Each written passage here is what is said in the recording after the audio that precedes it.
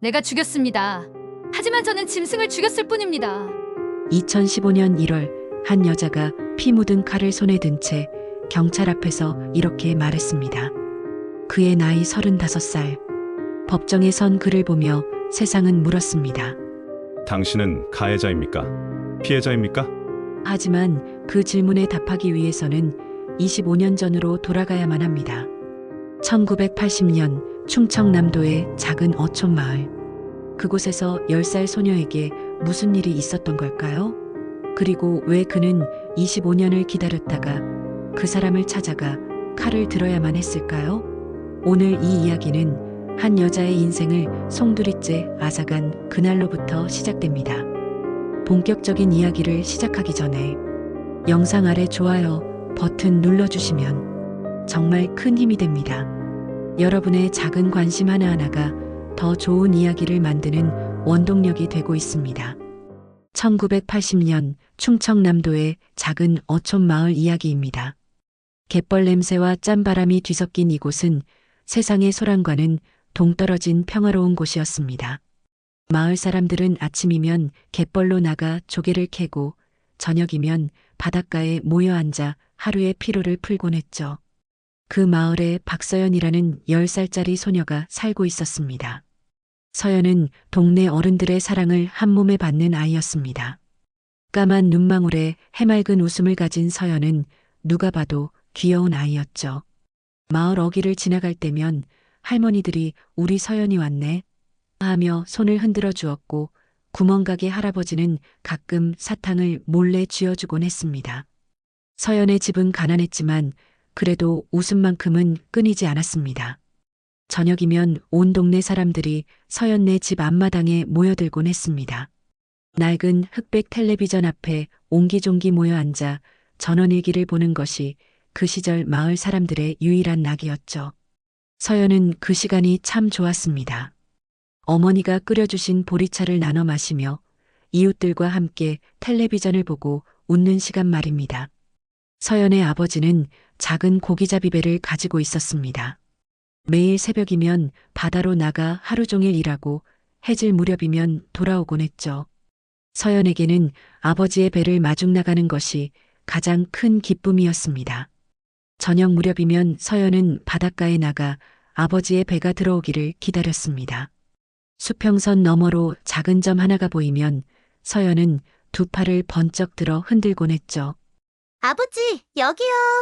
서연의 목소리가 바닷바람을 타고 퍼지면 아버지도 배 위에서 손을 흔들어 주었습니다. 배가 닿으면 아버지는 서연을 번쩍 안아 올리며 웃었습니다. 바다 냄새와 땀 냄새가 섞인 아버지의 품은 언제나 따뜻했습니다. 그런 날이면 저녁 식탁에는 싱싱한 생선이 올라왔고 가족은 둘러앉아 소박하지만 행복한 저녁을 먹곤 했습니다. 우리 딸이 복덩이야. 어머니는 밥을 먹는 서연의 머리를 쓰다듬으며 자주 그런 말을 하셨습니다. 서연은 그 말이 무슨 뜻인지 정확히는 몰랐지만 그저 기분이 좋았습니다. 어머니의 손길이 닿을 때면 마음이 따뜻해지는 기분이었으니까요. 마을에는 모두가 신망하는 최 이장이라는 분이 있었습니다. 최 이장은 마을의 크고 작은 일들을 도맡아 처리하는 분이었죠. 마을 사람들은 무슨 일이 생기면 늘 최 이장을 찾아갔습니다. 논에 물을 대는 문제든 이웃 간의 작은 다툼이든 최 이장이 나서면 모든 것이 술술 풀리곤 했습니다. 최 이장에게는 최만식이라는 동생이 있었습니다. 최만식은 형과는 달리 마을에 머물지 않고 무트로 가며 장사를 하는 사람이었습니다. 서울까지 나가 물건을 사다가 마을 사람들에게 파는 일을 했죠. 덕분에 마을 사람들은 최만식을 통해 도시의 새로운 물건들을 접할 수 있었습니다. 최만식은 수완이 좋기로 소문났고 마을 사람들은 그를 믿고 따랐습니다. 최만식은 유독 서연에게 살갑게 대했습니다. 서울에 다녀올 때면 꼭 서연을 위한 선물을 가져왔죠. 어느 날은 예쁜 머리핀이었고 어느 날은 달콤한 사탕이었습니다. 서연이 그런 선물을 받으면 눈을 반짝이며 좋아했습니다. 시골 마을에서는 보기 힘든 도시의 물건들이 신기하기만 했으니까요. 우리 서연이가 제일 예뻐. 최만식은 서연에게 선물을 주며 늘 그런 말을 했습니다. 서연의 머리를 쓰다듬고 볼을 살짝 꼬집으며 웃곤 했죠. 그는 입버릇처럼 이런 말도 했습니다. 서연이가 우리 딸이었으면 좋겠는데. 서연은 그저 자신을 예뻐해주는 친한 아저씨라고만 생각했습니다. 아버지 친구 같은 동네 어른들 중 한 분쯤으로 여겼죠. 최만식이 가져다주는 선물이 좋았고 그가 건네는 사탕이 달콤했으니 서연은 그를 따랐습니다. 아무런 의심도 없이 말입니다. 서연의 하루는 평범했습니다. 아침이면 학교에 가고 오후면 친구들과 갯벌에서 뛰어놀았습니다. 발을 빠지게 하는 갯벌에서 조개를 찾고 작은 개를 잡으며 깔깔거렸죠. 저녁이면 집으로 돌아와 어머니가 차려주신 밥을 먹고 텔레비전을 보다 잠이 들곤 했습니다. 상처 하나 없이 맑고 평온한 일상이었습니다. 서연은 자신의 삶이 언제까지나 이렇게 이어질 거라고 믿었습니다. 가난해도 괜찮았습니다. 도시 아이들처럼 예쁜 옷을 입지 못해도 상관없었습니다. 가족이 함께 웃을 수 있고 동네 어른들이 자신을 예뻐해주는 이곳이 서연에게는 세상 전부였으니까요. 하지만 서연은 아직 몰랐습니다. 세상에는 순수한 아이의 눈에는 보이지 않는 어둠이 존재한다는 것을 말입니다. 친절한 미소 뒤에 감춰진 욕망이 있고 평화로운 일상이 한순간에 무너질 수 있다는 것을 서연은 알지 못했습니다. 그저 오늘도 해맑게 웃으며 내일도 똑같은 하루가 펼쳐지기를 기대할 뿐이었습니다. 그의 여름이었습니다. 마을에는 풍어제를 기념하는 큰 잔치가 열렸습니다. 1년에 한 번 있는 마을 최대의 축제였죠. 이른 아침부터 마을 사람들은 부산하게 움직였습니다. 어른들은 마을 회관 앞마당에 긴 상을 펼쳐놓고 음식을 준비했고 아이들은 신이 나서 이리저리 뛰어다녔습니다. 해질 무렵이 되자 본격적인 잔치가 시작되었습니다. 마을 어귀에서부터 회관까지 형형색색의 전등이 켜졌고 스피커에서는 흥겨운 트로트 음악이 흘러나왔습니다. 어른들은 막걸리 잔을 기울이며 한 해의 풍어를 자축했고 아이들은 여기저기 차려진 음식 사이를 누비며 신나게 놀았습니다. 서연아, 이것도 먹어봐. 서연이 여기 와서 같이 놀자. 서연은 친구들과 함께 잔치 분위기를 만끽하고 있었습니다. 평소에는 먹기 힘든 떡볶이며 튀김이며 온갖 음식들이 가득했으니까요. 서연은 친구들과 손을 잡고 이곳저곳을 돌아다니며 깔깔 웃었습니다. 시끌벅적한 노랫소리와 음식 냄새로 마을 전체가 들썩이는 그때였습니다. 최만식이 사람들 사이를 헤치고 서연에게 다가왔습니다. 그는 언제나처럼 부드러운 미소를 지으며 서연을 불렀습니다. 서연아, 네, 아저씨. 서연이 밝게 대답하자 최만식은 몸을 숙여 서연과 눈높이를 맞췄습니다. 그리고 작은 목소리로 말했습니다. 아저씨가 서연이 줄 게 있는데 창고에 잠깐만 같이 가자. 서울서 특별히 사온 거야. 서연의 눈이 반짝였습니다. 최만식 아저씨가 가져다주는 선물은 언제나 신기하고 예뻤으니까요. 서연은 아무 의심 없이 고개를 끄덕였습니다. 친구들한테는 비밀이야. 서연이만 주는 거니까. 최만식은 검지손가락을 입술에 갖다 대며 윙크를 했습니다. 서연은 웃으며 따라 나섰습니다. 친구들에게 잠깐 다녀오겠다는 말도 하지 않았습니다. 금방 돌아올 거라고 생각했으니까요. 잔치가 벌어지는 마을 회관에서 조금 떨어진 곳에 낡은 창고가 있었습니다. 어구며 그물이며 온갖 잡동사니를 보관하는 곳이었죠. 평소에는 자물쇠로 잠겨 있었지만 오늘은 열려 있었습니다. 최만식이 먼저 문을 열고 들어가며 서연을 손짓했습니다. 이리 들어와. 서연은 조금 어두컴컴한 창고 안을 보며 잠시 망설였습니다. 창고 안에서는 곰팡이 냄새와 오래된 나무 냄새가 났습니다. 하지만 최만식이 다정하게 손을 내밀자 서연은 그 손을 잡고 안으로 들어섰습니다. 문이 닫히는 소리가 들렸습니다. 쿵 하는 둔탁한 소리였습니다. 그 순간 서연은 이상한 느낌이 들었습니다. 갑자기 공기가 서늘해진 것 같았습니다. 창고 안은 생각보다 어두웠고 밖에서 들리던 시끌벅적한 소리가 갑자기 멀게 느껴졌습니다. 서연이 뒤를 돌아보았을 때 최만식의 얼굴이 있었습니다. 하지만 평소에 보던 그 친절한 얼굴이 아니었습니다. 무언가가 달라져 있었습니다. 그의 눈빛이 이상했습니다. 지금까지 한 번도 본 적 없는 눈빛이었죠. 탐욕스럽고 번들거리고 무섭게 빛나는 눈빛이었습니다. 아저씨? 서연의 목소리가 떨렸습니다. 본능적으로 뭔가 잘못되었다는 것을 느꼈습니다. 서연은 뒷걸음질을 쳤습니다. 하지만 창고는 좁았고 뒤에는 벽이 있었습니다. 친절하던 아저씨의 얼굴은 완전히 사라졌습니다. 그 자리에는 낯선 욕망으로 일그러진 짐승의 얼굴이 있었습니다. 최만식은 천천히 서연에게 다가왔습니다. 조용히 해. 소리 지르면 안 돼. 서연은 비명을 지르려 했습니다. 하지만 목이 막혀 소리가 나오지 않았습니다. 작은 신음 같은 소리만 새어나왔을 뿐입니다. 그 작은 소리마저 밖에서 들려오는 잔치의 소음 속에 묻혀버렸습니다. 흥겨운 음악 소리, 사람들의 웃음소리, 아이들의 까르르 웃는 소리 사이로 서연의 작은 비명은 사라졌습니다. 그날 밤 10살 소녀의 세상은 산산조각이 났습니다. 불과 몇 분 전까지만 해도 친구들과 함께 웃고 떠들던 평범한 아이였습니다. 하지만 그 창고 문이 다시 열렸을 때 서연은 더 이상 예전의 서연이 아니었습니다. 무언가가 부서졌습니다. 영혼 깊은 곳에서 무언가가 갈라지고 깨지는 소리가 들렸습니다. 최만식은 일을 마치고 나서도 태어났습니다. 오히려 서연의 어깨를 툭툭 치며 낮은 목소리로 말했습니다. 누구한테도 말하면 안 돼. 알지?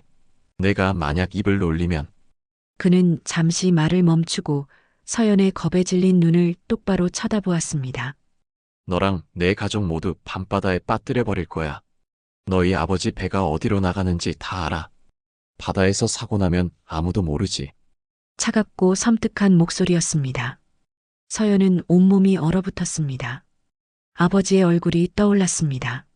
매일 저녁 자신을 안아주던 따뜻한 아버지, 어머니의 머리 쓰다듬던 손길이 생각났습니다.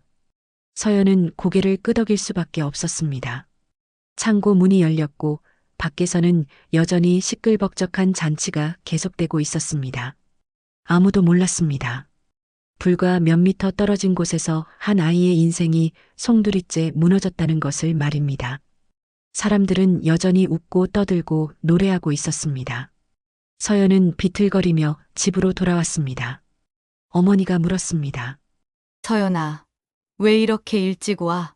잔치 재미없었어? 서연은 대답할 수 없었습니다. 입술을 깨물고 고개만 저었습니다. 그날 밤부터 서연은 끙끙 앓기 시작했습니다. 열이 나고 식은땀을 흘렸습니다. 밤마다 악몽을 꾸며 비명을 질렀습니다. 며칠을 그렇게 보냈습니다. 어머니는 걱정스러운 얼굴로 서연을 바라보았습니다. 무언가를 눈치챈 듯 했습니다.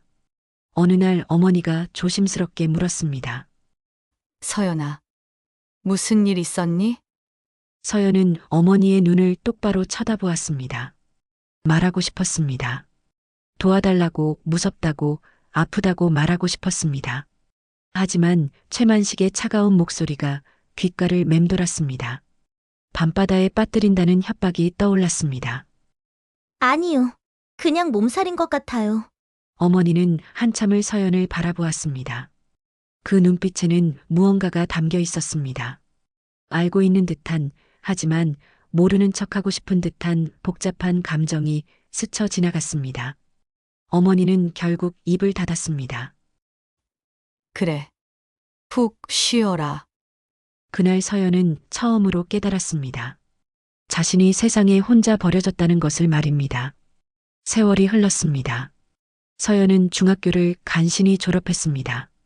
공부에 집중할 수가 없었습니다.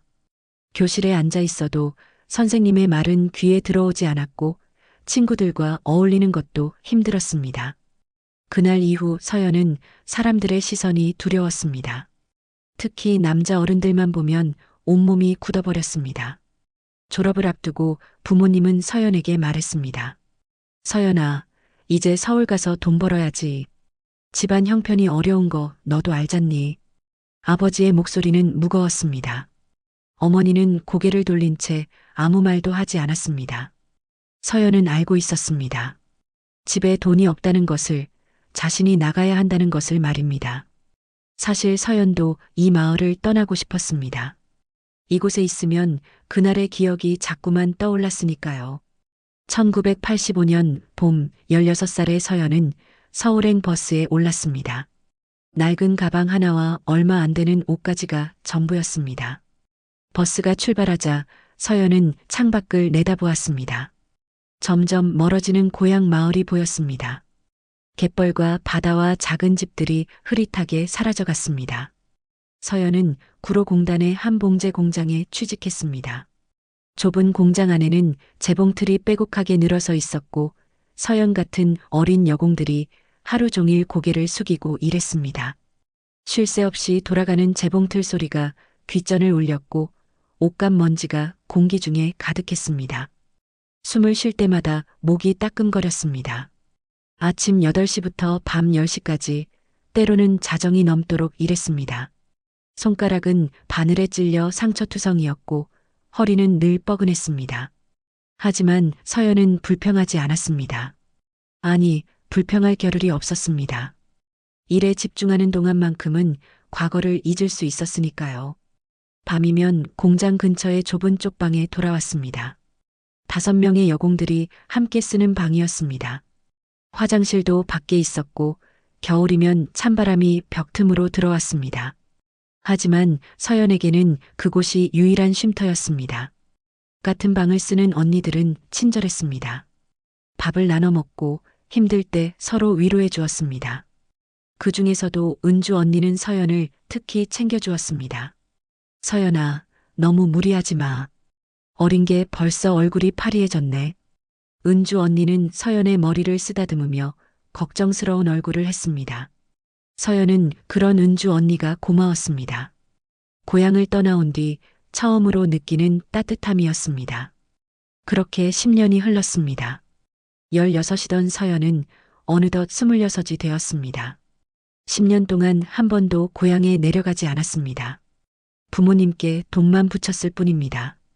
명절에도 공장을 지켰습니다. 특근 수당이 필요하기도 했지만 사실은 고향이 두려웠습니다. 그곳에 가면 다시 그 기억들과 마주해야 할 것 같았습니다. 그 무렵 공장에 새로운 반장이 부임해 왔습니다. 김진우라는 이름의 남자였습니다. 30살쯤 되어 보이는 그는 다른 남자들과는 달랐습니다. 목소리를 높이지 않았고 여공들을 함부로 대하지 않았습니다. 일이 밀리면 함께 밤을 새우며 도와주었고 힘들어하는 직원이 있으면 먼저 챙겨주었습니다. 처음에 서연은 경계했습니다. 남자 어른들은 모두 믿을 수 없었으니까요. 하지만 진우는 달랐습니다. 그는 서연에게 적당한 거리를 유지했고 항상 존중하는 태도로 대했습니다. 몇 달이 지나자 서연은 조금씩 마음을 열기 시작했습니다. 어느 날 진우가 말했습니다. 서연 씨, 오늘 일 끝나고 시간 있으면 같이 저녁 먹을래요? 제가 알아둔 국밥집이 있는데 정말 맛있거든요. 서연은 당황했습니다. 10년 동안 누구와도 제대로 된 사적인 만남을 가져본 적이 없었습니다. 하지만 진우의 눈빛은 진지했고 순수해 보였습니다. 서연은 조심스럽게 고개를 끄덕였습니다. 네, 좋아요. 그날 저녁 두 사람은 공장 근처의 작은 국밥집에 앉았습니다. 김이 모락모락 나는 국밥 앞에서 진우는 자신의 이야기를 들려주었습니다. 시골에서 올라온 지 10년이 되었다는 것, 가족들을 위해 열심히 일하고 있다는 것, 언젠가는 작은 가게라도 하나 차려서 안정된 삶을 살고 싶다는 꿈 같은 이야기들이었습니다. 서연은 진우의 이야기를 들으며 처음으로 마음이 편안해지는 것을 느꼈습니다. 진우는 서연에게 과거를 묻지 않았습니다. 그저 지금의 서연을 있는 그대로 대해주었습니다. 그날 이후 두 사람은 자주 만났습니다. 일요일이면 함께 한강을 걸었고 저녁이면 작은 식당에서 밥을 먹었습니다. 진우는 늘 조심스럽게 서연을 대했습니다. 손을 잡을 때도 먼저 물었고 서연이 불편해하면 바로 물러났습니다. 1년쯤 지났을 때 진우가 말했습니다. 서연 씨, 저랑 결혼해 주실래요? 평생 행복하게 해드리고 싶어요. 서연은 눈물을 흘렸습니다. 10년 만에 처음으로 누군가가 자신을 온전히 사랑해 준다는 느낌을 받았습니다. 서연은 고개를 끄덕였습니다. 이제는 행복해질 수 있을 것 같았습니다. 과거를 묻어두고 새로운 삶을 살 수 있을 것 같았습니다. 1995년 가을, 두 사람은 작은 결혼식을 올렸습니다. 공장 동료들 몇 명과 친한 친구들만 모인 소박한 자리였습니다. 서연은 하얀 원피스를 입고 진우의 손을 잡았습니다. 진우는 서연을 보며 활짝 웃었고 서연도 오랜만에 진심으로 웃을 수 있었습니다. 드디어 자신에게도 평범한 행복이 허락되는구나 싶었습니다. 과거는 과거일 뿐, 이제는 새로운 미래를 만들어갈 수 있다고 믿었습니다. 서연은 진우와 함께라면 모든 것을 이겨낼 수 있을 거라 생각했습니다. 하지만 서연은 아직 몰랐습니다. 상처는 단순히 시간이 지난다고 해서 아물지 않는다는 것을, 과거의 고통은 예상치 못한 순간에 다시 돌아온다는 것을 말입니다. 신혼 첫날 밤이었습니다. 작은 신혼집에는 두 사람만 남았습니다. 진우는 조심스럽게 서연의 손을 잡았습니다. 그의 손은 따뜻했고 눈빛은 다정했습니다. 서연은 괜찮을 거라고 스스로를 다독였습니다. 진우는 다른 사람이라고, 그를 믿어도 된다고 말입니다. 하지만 진우가 서연을 부드럽게 안으려는 순간 모든 것이 무너졌습니다. 갑자기 방 안의 공기가 서늘해지는 것 같았습니다. 16년 전 그 창고의 냄새가 코끝을 스쳤습니다. 곰팡이 냄새, 오래된 나무 냄새, 그리고 공포의 냄새였습니다. 진우의 얼굴 위로 최만식의 얼굴이 겹쳐 보였습니다. 번들거리던 그 눈빛이, 욕망으로 일그러진 그 표정이 파노라마처럼 스쳐 지나갔습니다. 10살 소녀였던 자신의 비명소리가 귓가에 울렸습니다. 싫어. 서연은 비명을 지르며 진우를 밀쳐냈습니다. 너무 세게 밀었던 탓에 진우는 뒤로 넘어졌습니다. 서연은 방 구석으로 몸을 웅크렸습니다. 온몸이 떨렸고 식은땀이 흘렀습니다. 숨을 쉴 수가 없었습니다. 서연 씨, 괜찮아요? 무슨 일이에요? 진우는 당황한 목소리로 물었습니다. 하지만 다가오지는 않았습니다. 서연이 겁에 질린 얼굴로 자신을 쳐다보고 있었으니까요. 그날 밤 두 사람은 서로 등을 지고 잠이 들었습니다. 그날 이후 부부관계는 불가능해졌습니다. 진우가 조금이라도 가까이 다가오려 하면 서연은 온몸이 경직되었습니다. 악몽에 시달렸고 밤마다 비명을 지르며 깨어났습니다. 진우는 처음에는 이해하려 애썼습니다. 무언가 깊은 상처가 있을 거라고 짐작했습니다. 천천히 해요. 제가 기다릴게요. 진우는 그렇게 말했습니다. 몇 달 동안은 참았습니다. 하지만 시간이 갈수록 진우의 얼굴에는 좌절감이 쌓여갔습니다. 신혼부부인데 손도 제대로 잡지 못하는 상황이 그를 힘들게 했습니다. 어느 날 밤 진우가 폭발했습니다. 대체 나한테 왜 이래요? 나는 당신을 사랑해서 결혼했어요. 근데 당신은 대체 뭐예요? 왜 나를 피해요? 내가 뭘 잘못했어요? 진우의 절규의 서연은 무너졌습니다. 더 이상 숨길 수 없었습니다. 떨리는 목소리로 서연은 처음으로 16년 전의 비밀을 털어놓았습니다. 10살 때 당한 일을, 그 이후로 겪어온 고통을, 지울 수 없는 상처에 대해 말했습니다. 진우는 말없이 듣고 있었습니다. 서연은 진우가 자신을 안아주고 위로해주기를 바랐습니다. 이해해주기를 간절히 원했습니다. 하지만 진우의 반응은 차가웠습니다. 그걸 왜 이제 와서 말해요? 진우의 목소리는 떨렸습니다. 분노인지 배신감인지 알 수 없는 감정이 담겨 있었습니다. 결혼하기 전에 말했어야죠. 나는 당신이 나를 사랑한다고 믿었어요. 근데 당신은, 당신 몸만 여기 있지 마음은 딴 데가 있는 여자였던 거예요? 서연은 믿을 수 없었습니다. 자신이 피해자인데 왜 비난을 받아야 하는지 이해할 수 없었습니다. 눈물이 멈추지 않았습니다. 당신 때문에 내 인생이 꼬였어요. 정상적인 결혼 생활도 못하고. 이게 뭐예요? 진우는 냉정하게 말했습니다. 서연의 세계가 다시 한번 무너졌습니다. 사랑한다던 사람, 평생 함께하겠다던 사람이 자신을 외면했습니다. 아니, 외면을 넘어 비난했습니다. 결국 첫 번째 결혼은 1년을 채우지 못하고 파탄났습니다. 이혼 서류에 도장을 찍는 순간 서연은 다시 혼자가 되었습니다. 진우는 떠나면서 마지막으로 말했습니다. 당신 때문에 내 시간을 낭비했어요. 당신은 평생 그렇게 사세요. 과거에 매달려서. 문이 닫히는 소리가 들렸습니다. 텅 빈 집에 서연만 남았습니다. 서연은 바닥에 주저앉아 울었습니다. 자신이 왜 이렇게까지 고통받아야 하는지 알 수 없었습니다. 잘못한 것은 자신이 아닌데 왜 벌을 받는 것은 자신인지 억울했습니다. 그 이후 서연은 정신과 치료를 받기 시작했습니다. 의사는 조현병과 외상후 스트레스 장애 진단을 내렸습니다.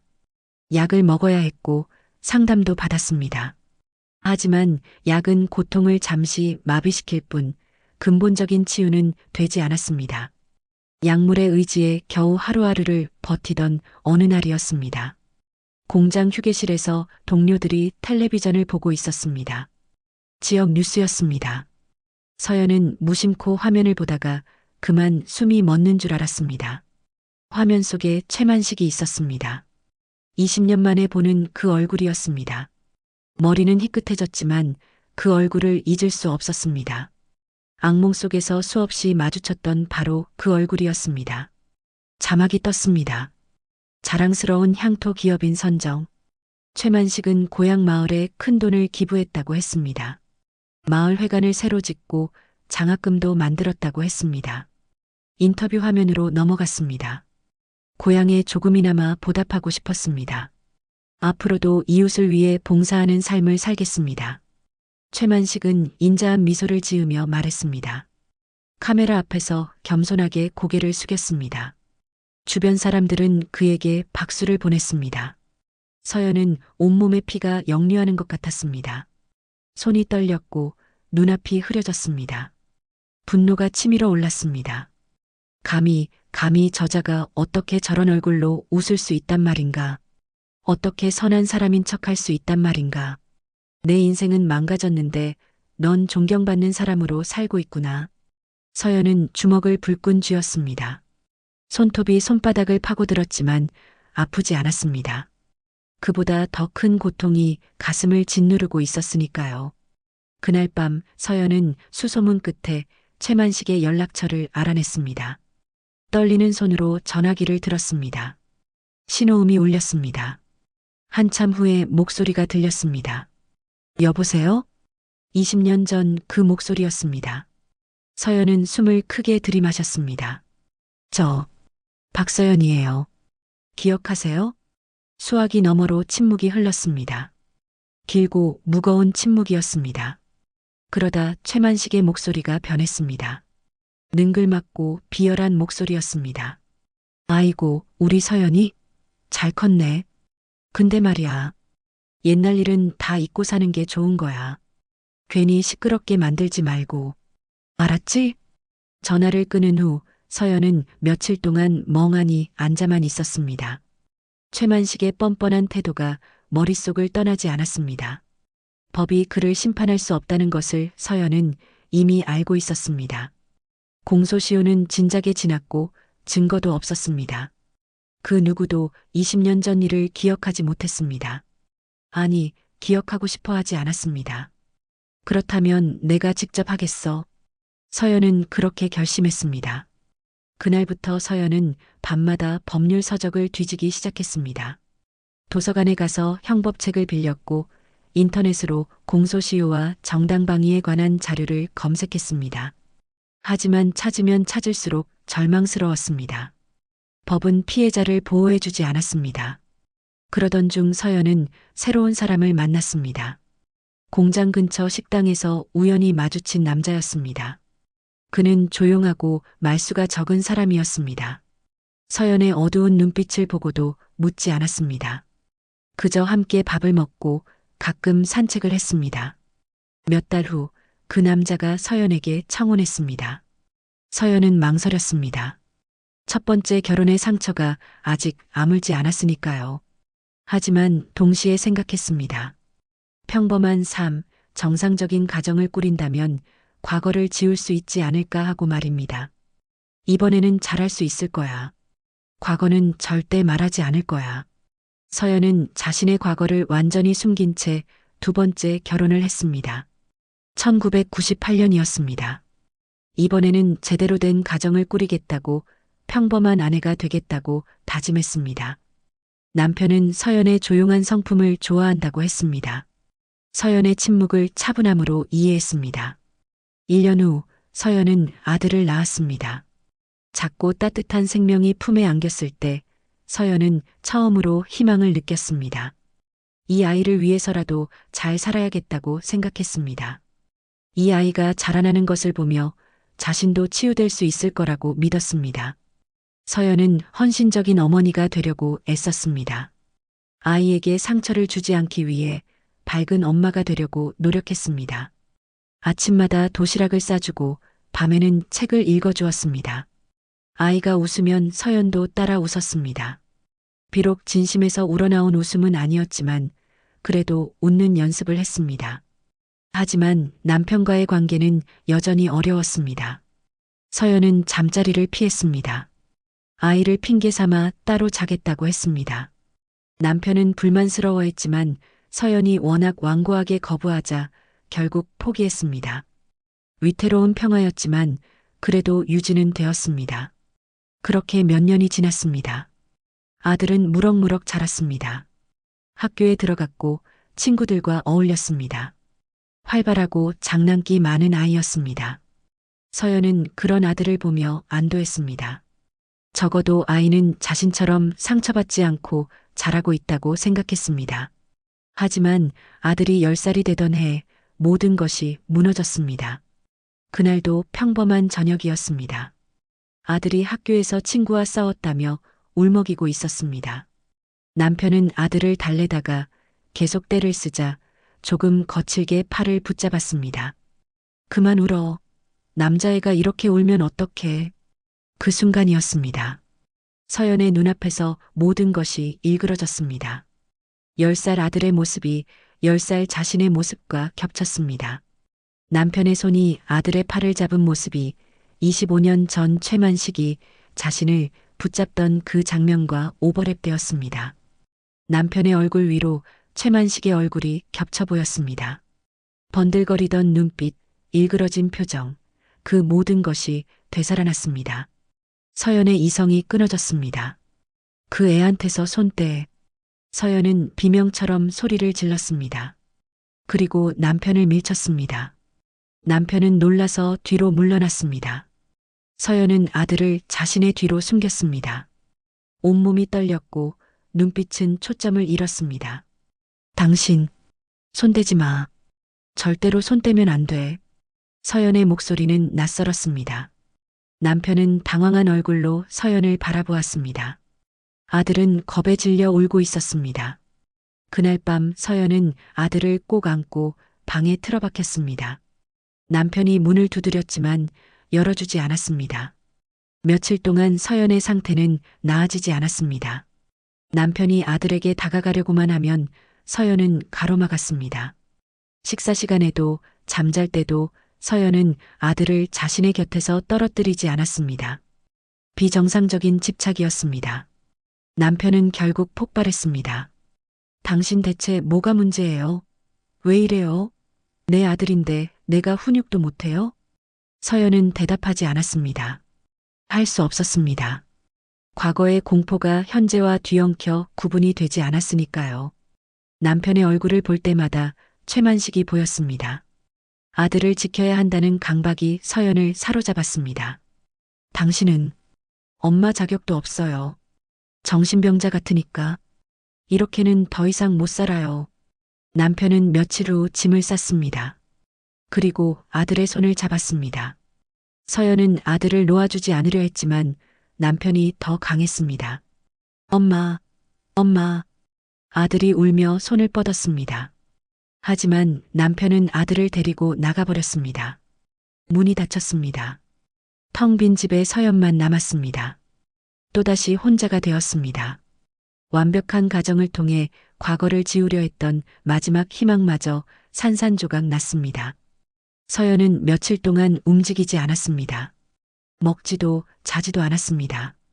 거울을 보니 귀신 같은 얼굴이 비쳤습니다. 움푹 꺼진 눈, 핏기 없는 얼굴, 헝클어진 머리카락. 이게 다 누구 때문이야? 분노도 슬픔도 지나간 자리에 남은 것은 차갑고 단단한 결심뿐이었습니다. 이 모든 고통의 뿌리를 내 손으로 직접 뽑아버리겠다고 다짐했습니다. 더 이상 법에 기대지 않겠다고, 스스로 심판하겠다고 결심했습니다. 서연은 시장의 대장간으로 갔습니다. 날카로운 과도를 하나 샀습니다. 집으로 돌아와 낡은 코트 안쪽에 칼집을 꿰매 붙였습니다. 손끝이 떨렸지만 한 땀 한 땀 정성스럽게 바느질했습니다. 조용히 심판의 날을 준비했습니다. 아들과 남편이 떠난 후 서연은 정리해야 할 것들이 있었습니다. 몇 년 전 어머니가 돌아가셨을 때 받아온 유품 상자였습니다.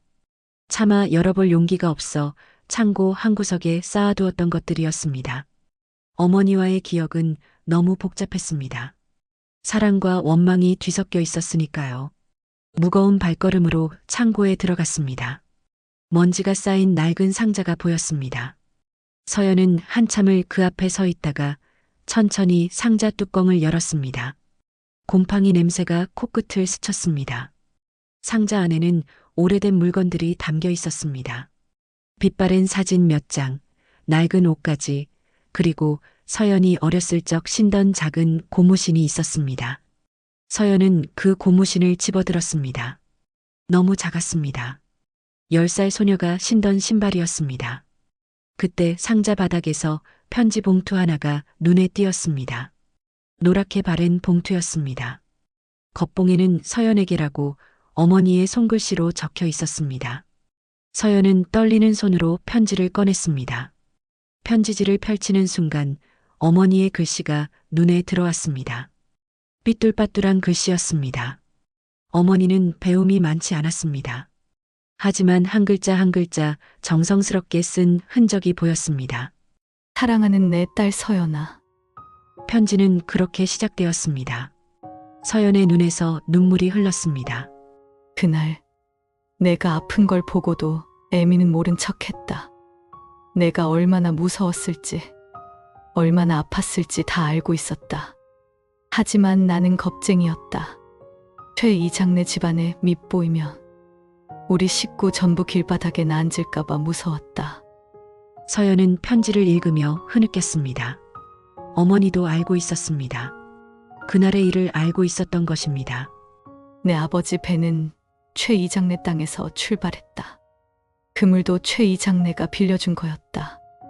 만약 그 사람들 비위를 거스르면 우리는 당장 내일부터 먹고 살 길이 막힐 판이었다. 그래서 나는 내 딸을 지키지 못했다. 편지는 계속되었습니다. 매일 밤 내 방문 앞에 서서 울었다. 들어가서 안아주고 싶었다. 괜찮다고, 엄마가 지켜줄 거라고 말해주고 싶었다. 하지만 나는 그러지 못했다.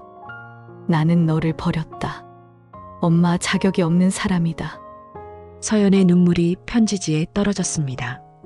글씨가 번져 흐려졌습니다. 평생을 죄인으로 살았다. 내가 서울로 떠나던 날 나는 차마 너를 볼 수가 없었다. 내 눈을 마주할 자격이 없었으니까. 서연아, 부디 이 못난 애미를 용서하지 마라. 용서받을 자격이 없다는 걸 나도 안다. 편지의 마지막 문장이 보였습니다. 대신 너는 꼭 꿋꿋하게 살아야 한다. 엄마처럼 비겁하게 살지 마라. 내 인생을 되찾아라. 그것만이 이 못난 엄마가 바라는 전부다.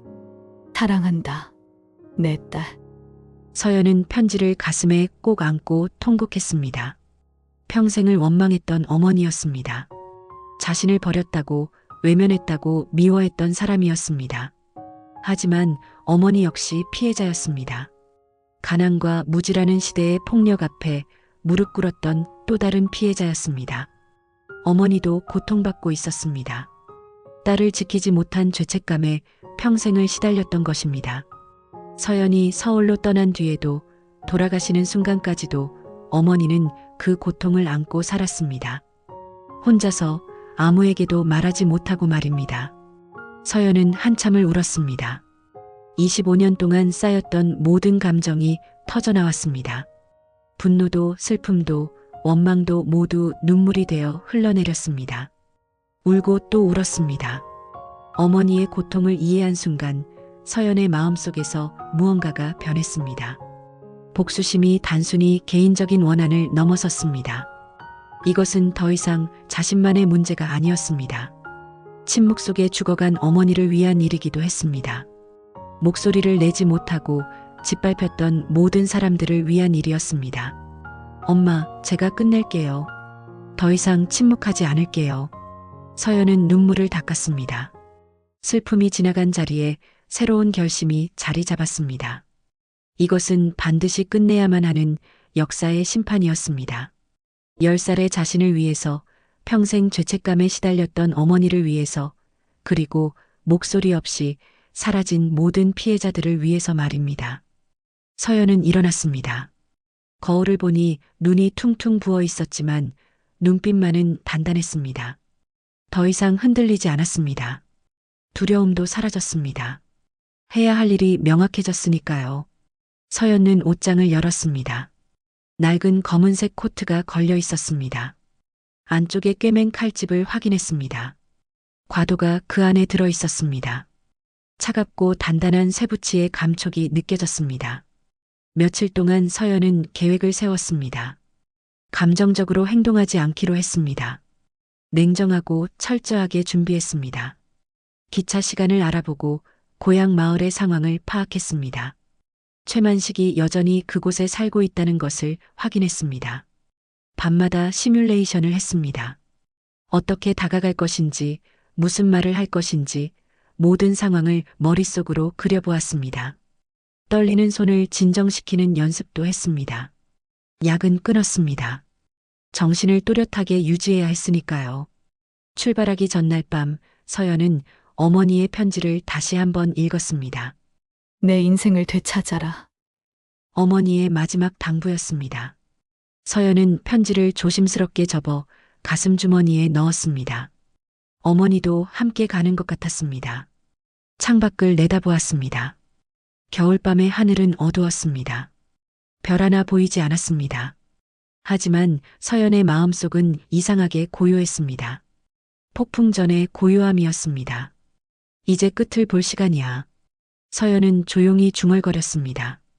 25년 만에 처음으로 자신의 운명을 스스로 결정하는 순간이었습니다. 더 이상 도망치지 않겠다고, 더 이상 숨지 않겠다고 다짐했습니다. 내일이면 모든 것이 끝날 것입니다. 어떤 결과가 기다리고 있든 서연은 준비가 되어 있었습니다. 2015년 1월, 서연은 25년 만에 고향 땅을 밟았습니다. 기차에서 내리자 차가운 바닷바람이 얼굴을 스쳤습니다. 익숙한 냄새였습니다. 갯벌 냄새와 짠 공기, 어린 시절의 기억이 되살아났습니다. 하지만 이제 그 기억들은 따뜻하지 않았습니다.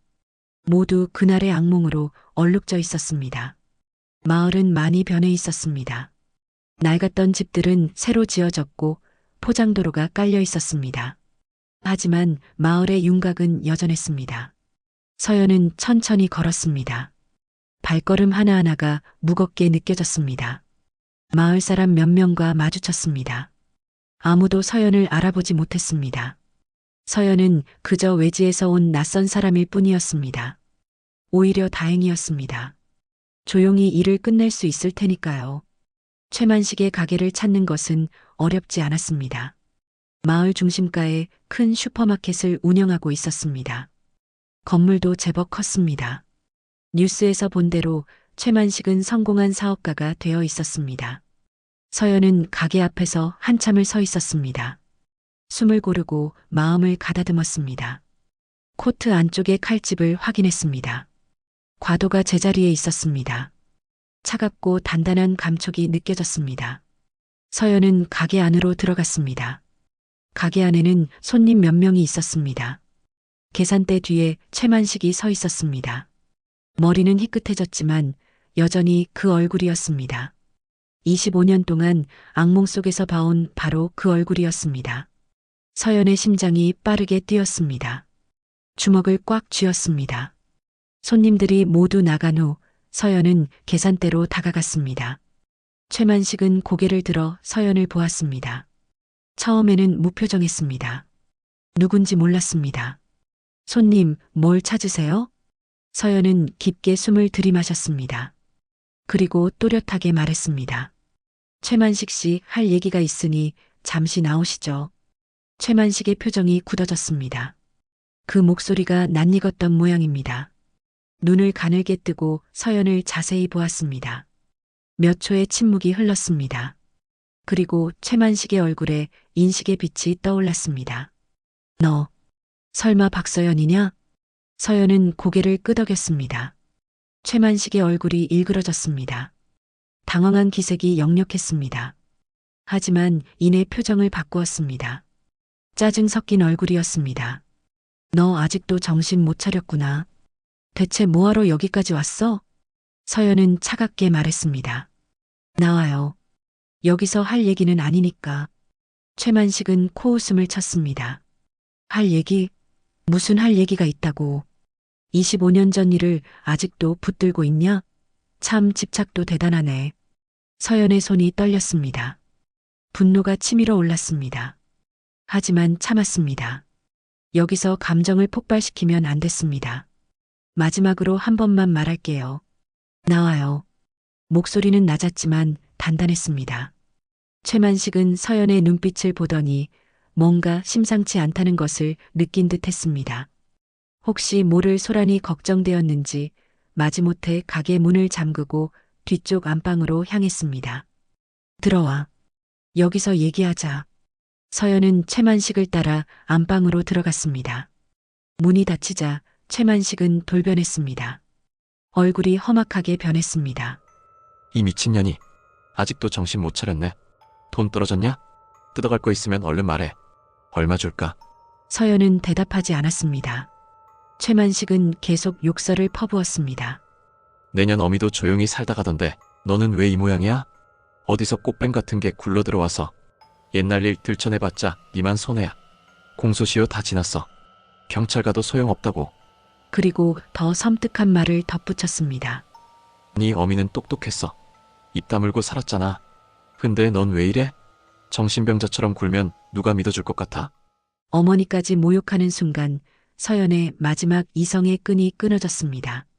25년 동안 쌓아온 모든 고통이, 분노가 한이 폭발했습니다.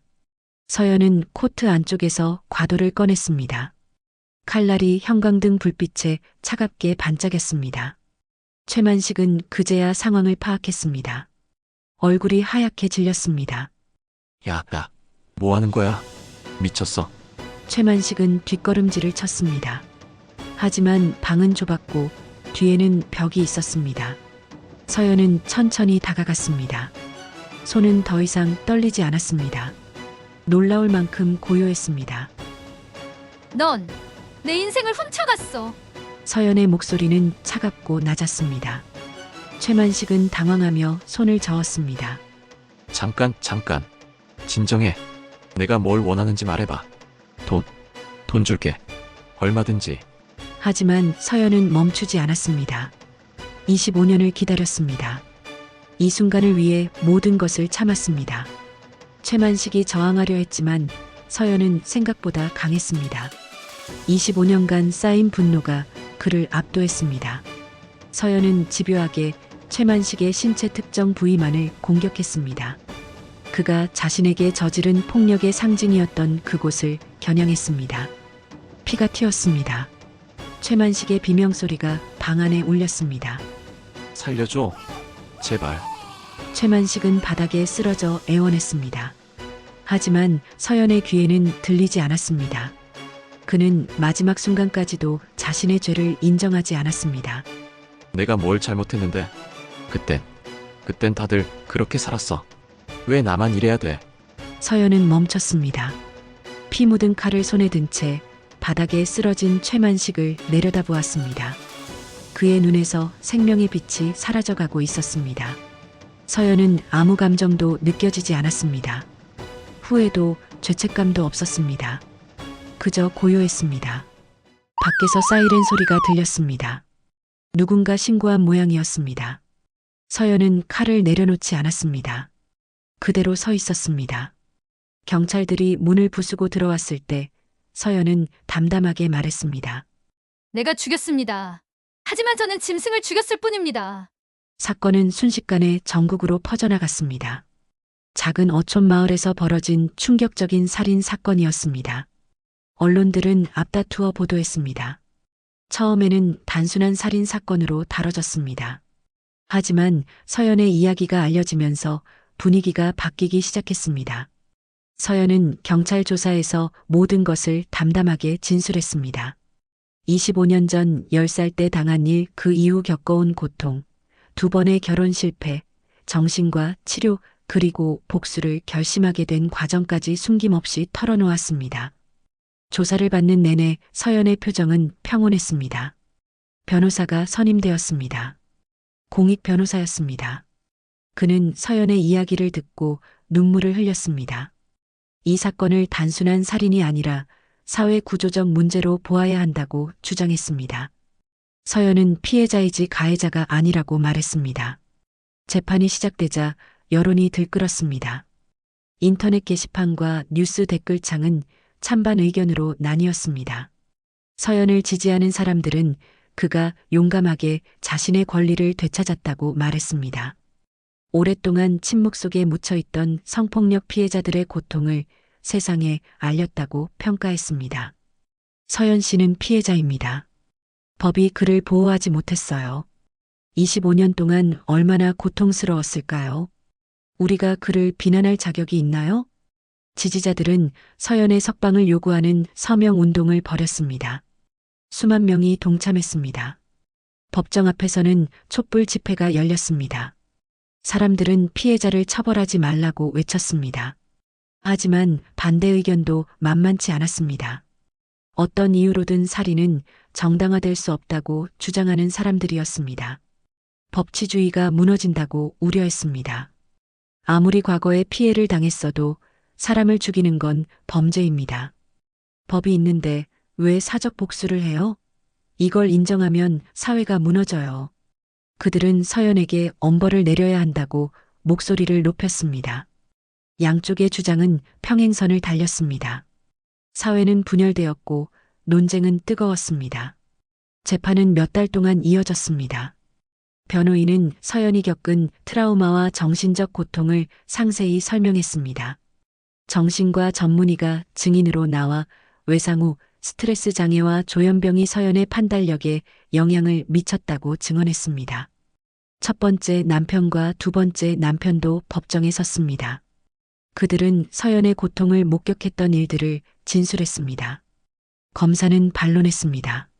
서연이 계획적으로 범행을 저질렀다는 점을 강조했습니다. 칼을 미리 준비했고 고향까지 찾아갔으며 냉정하게 실행했다는 것이었습니다. 심신미약 상태가 아니었다고 주장했습니다. 법정에서 서연은 한 번도 울지 않았습니다. 담담한 표정으로 모든 과정을 지켜보았습니다. 판사가 최후 진술 기회를 주었을 때 서연은 천천히 일어났습니다. 저는 제 행동을 후회하지 않습니다. 법정이 술렁였습니다. 서연은 계속 말했습니다. 10살 때 저는 세상에서 가장 무력한 존재였습니다. 아무도 저를 지켜주지 않았습니다. 법도, 어른들도, 심지어 부모님도요. 저는 25년 동안 그 고통을 혼자 견뎌야 했습니다. 서연의 목소리는 떨리지 않았습니다. 제가 한 일이 옳았는지는 모르겠습니다. 하지만 저는 더 이상 침묵하고 싶지 않았습니다. 그 사람은 끝까지 자신의 죄를 인정하지 않았습니다. 법은 그를 심판하지 못했습니다. 그래서 제가 했습니다. 판사는 심각한 표정으로 서연을 바라보았습니다. 며칠 후 판결이 내려졌습니다. 재판부는 서연이 겪은 오랜 정신적 고통을 참작했습니다. 심신미약 상태를 인정했습니다. 하지만 살인이라는 범죄 행위 자체를 간과할 수는 없었습니다. 결국 이례적으로 낮은 형량의 집행유예가 선고되었습니다. 치료감호 조건이었습니다. 법정은 다시 술렁였습니다. 지지자들은 환호했고 반대파들은 분노했습니다. 몇 년이 흘렀습니다. 치료감호소에서 나온 서연은 조용한 삶을 시작했습니다. 작은 원룸에 살면서 평범하게 일했습니다. 사람들의 시선이 부담스러웠지만 이제는 도망치지 않았습니다. 당당하게 자신의 이름으로 살아갔습니다. 어느 날 두 번째 남편이 아들과 함께 찾아왔습니다. 아들은 이제 15살이 되었습니다. 남편은 무릎을 꿇고 용서를 구했습니다. 미안합니다. 그때 제가 당신을 이해하지 못했어요. 당신이 얼마나 힘들었는지 몰랐습니다. 서연은 그저 담담히 웃어 보일 뿐이었습니다. 아들은 서연을 보며 눈물을 흘렸습니다. 엄마, 미안해요. 나 때문에 힘들었죠? 서연은 아들의 머리를 쓰다듬었습니다. 따뜻한 손길이었습니다. 아니야. 내 잘못이 아니야. 엄마가 미안해. 하지만 서연은 그들과 함께 살지 않기로 했습니다.